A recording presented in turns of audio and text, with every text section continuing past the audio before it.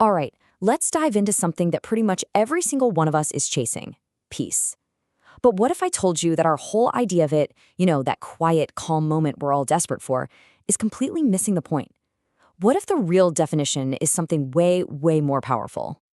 I mean, just look around. It feels like there's this constant hum of anxiety everywhere, doesn't it? We're all scrolling for a distraction, hustling for a little security, just trying to find some calm in all the chaos. It's a feeling we all know really, really well. And for most of us, when we hear the word peace, we think about what's not there. No fighting, no noise, no problems. But defining peace that way is kind of like trying to describe a masterpiece by only listing the colors the artist didn't use. Yeah, it's true, but you're missing the entire picture. So to find that bigger, richer picture, we actually have to go way back, thousands of years. And the very first thing we find is this huge clash between our modern idea of peace and the ancient one. So check this out. On the one side, you've got our common definition. Peace is simply the absence of conflict. It's defined by what's missing, by an emptiness. But the ancient biblical concept on the other side defines peace as a presence, a state of total holistic well-being. It's a complete flip from emptiness to fullness.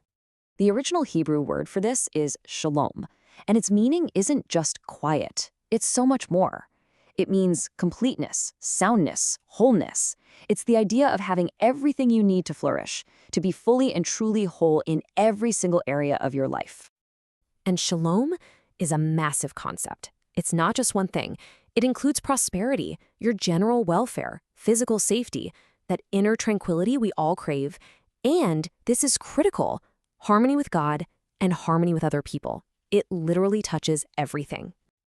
Okay, so that sounds incredible, right? But how does this ancient idea become a reality for us? Well, the sources actually lay out a really clear framework, breaking shalom down into 3 interconnected parts, a kind of roadmap to that true wholeness. Yup, 3 distinct dimensions. Let's start with the one that's the foundation for everything else. It all starts right here. Peace with God. And that little word with is so important.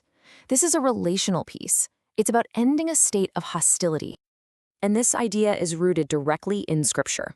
This verse from Romans explains that peace with God isn't something we can earn or achieve on our own. It's a new status, a gift that we receive through faith. So the crucial thing to get here is that this isn't about feeling peaceful. It's an objective, almost legal reality. It's a declaration that the war between humanity and God is officially over. And this is the non-negotiable foundation. Without this, the other kinds of peace just can't happen. Now, building on top of that foundation, we get to the second dimension, the peace of God. Did you catch that shift? From with to of? This isn't just a legal status anymore. It's a possession. It's something you can actually experience on the inside.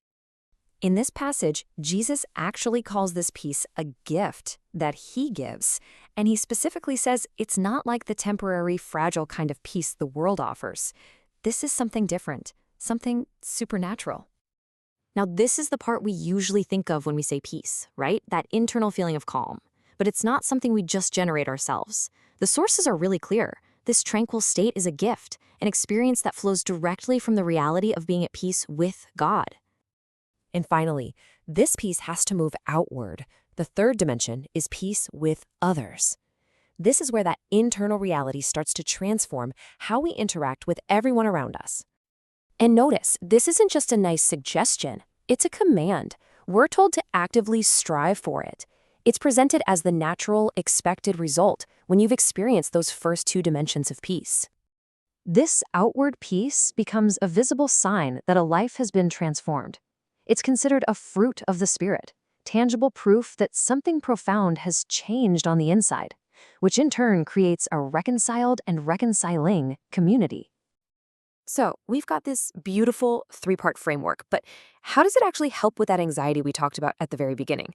How does all this theology become a practical tool you can actually use? Well, a key passage in Philippians lays it out as a kind of active exchange.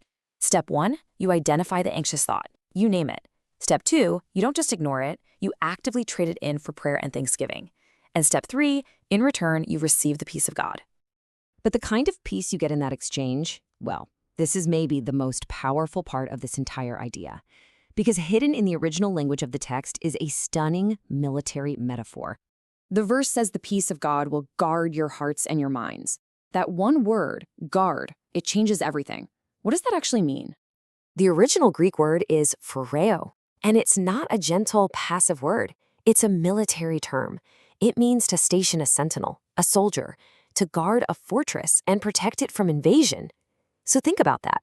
The peace of God isn't a passive, sleepy feeling of calm. It's an active, divine soldier standing guard over your heart and mind, protecting you from the invasion of anxious thoughts. And that leaves us with one final question. If peace isn't the absence of trouble, but the powerful presence of a divine guard protecting you in the trouble, what does that change about how you face your anxiety, your fears, and your future?